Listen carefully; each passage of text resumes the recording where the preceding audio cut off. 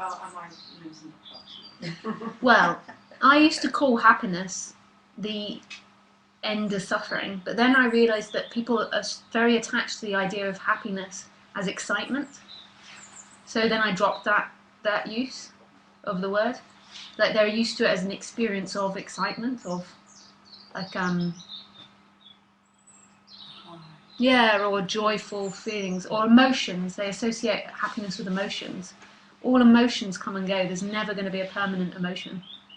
So I used to say that happiness was the absence of suffering, but now I tend not to use that word. And what I'm pointing to is really the absence of something. The absence of something that was never really happening and is only happening in humans in a dreamland. Is there somebody here right now looking and feeling this? Is there somebody choosing to be here right now? That's absolutely irrelevant to being here right now. But we're obsessed with that idea, and this is where all the sufferings come from, this obsession that's going around of me and my life. And the weights come from. But while that experience happens, that experience is what's happening. Couldn't be any other way. So it's just an acceptance of whatever's going on. That's where we should be. Really. Well, I'm always like to say it in the negative way. And the end of suffering is the end of that one that's resisting everything. I don't speak about it as something that you could possibly do. I talk about it as that you collapsing. It's only the person that's resisting what's happening that's got a problem with what's happening. Otherwise, it's what's happening. And that's either somewhere on the spectrum in language. It's ultimately got nothing to do with language, but in language, what's happening is on the spectrum of pleasure or pain, and it'll always be somewhere. We want it to always be in pleasure, but it's not. It's always moving. This message comes out of a woman's body, I've noticed. It's a lot less definite.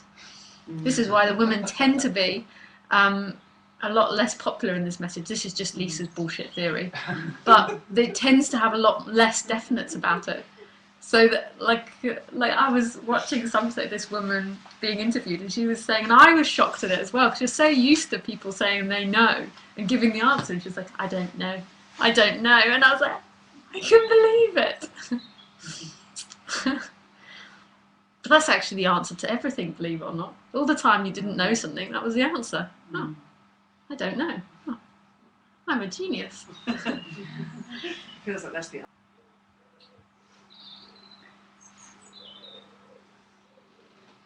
How much of me is waiting to end. Yeah. To get something. Yeah. But in the actual experience, this is absolute endlessness. But the person is always trying to cover that up. That it's not starting. The person is saying it's starting from here. I'm starting from here. When that begins to dissolve, then this is so big. It even consumes that word big. But I'm sorry, I do sometimes. People report back that I stir up the fear sometimes. What did I say? Sorry. Oh, about death. About could be endless lives. I'm sort of assuming that's a joke because we can't. Can we know? No.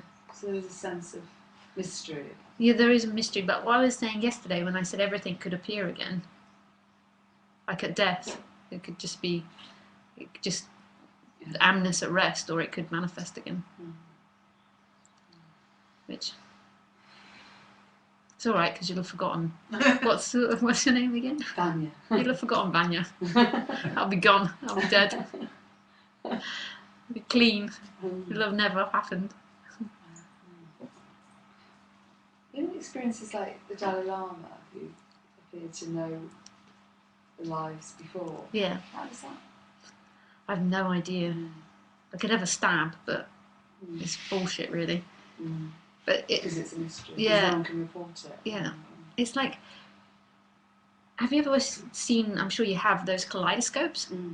So that's how life is appearing. So there is this energy that's constantly creating right now.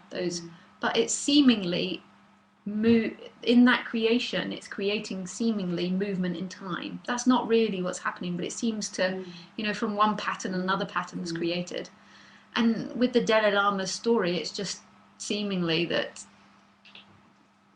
that's carried on, but it's not really being carried on because it's all spontaneously being created. But in the movie land, it's carrying on.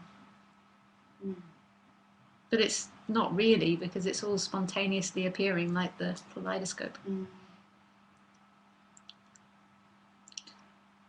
Or like those lights on the, when the screensaver, those lights. So I suppose you could say it's just as real as what you were doing last week, or just as unreal. What do you mean? Well, you're saying like, sort of, if there's only this happening now. Yeah. Like, Yes, exactly. It's appearing exactly like you're talking about last week, but it just seems like it's a progression of bodies, like a. And it's the same with spirits and ghosts and things. They're all spontaneously appearing now, really. But it seems to be.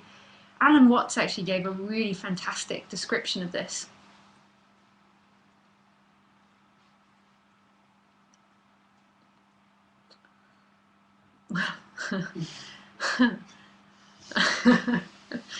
Not so good always at these sort of things. It was talking about splatting paint against the wall. Oh.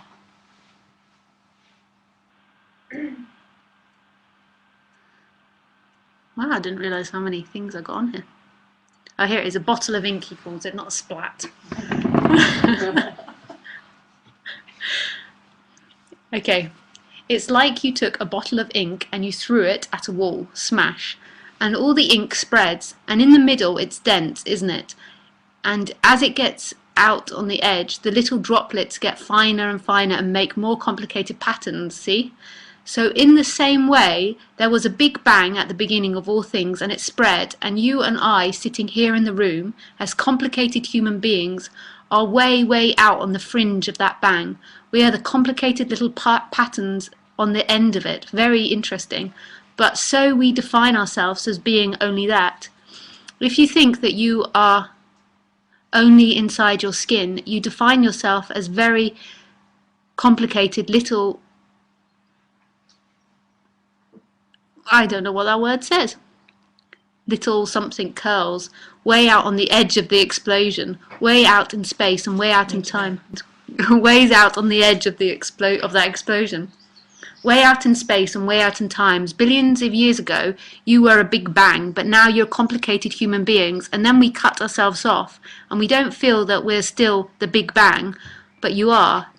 Depends how you define yourself. You're actually, if this is the way things started, if there was a big bang in the beginning, you're not something that's a result of the big bang. You're not something that's sort of a puppet on the end of the process. You are still the process. You are the big bang, the original force of the universe, coming on as whoever you are. When I meet you, I see not just what you define yourself as, Mr. and Mrs. and so on. I see every one of you as primordial energy of the universe coming on at me in this particular way. I know I'm that too, but we've learned to define ourselves as separate from it. It wasn't quite as I remembered it, but I meant, but you can imagine the time, how the time really isn't time like we think it. We're all that one, but the way it's playing out is moving through it as if it's in time. But that's really beautiful, I think.